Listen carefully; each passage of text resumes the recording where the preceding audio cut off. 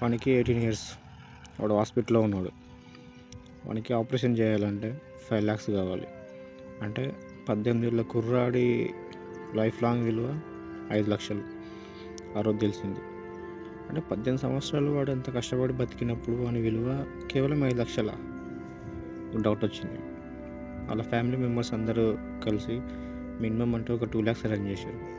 ఇంకా వాడు బతకాలంటే 3 లక్షలు కావాలి. నాకు ఒక విషయం అర్థం కాదు. ఇంతకీ మనకి డబ్బు ఎందుకు కావాలి? అంటే అందరి దృష్టిలో గొప్పగా చెప్పుకోనికేనా? లేకపోతే మనకు ఇష్టమైన బైకులు, కార్లు, ఇల్లు కొనడానికా? లేకపోతే మన ప్రేమించే వాళ్ళని కాపాడుకోవడానికా? డబ్బు మనకు కావాలి.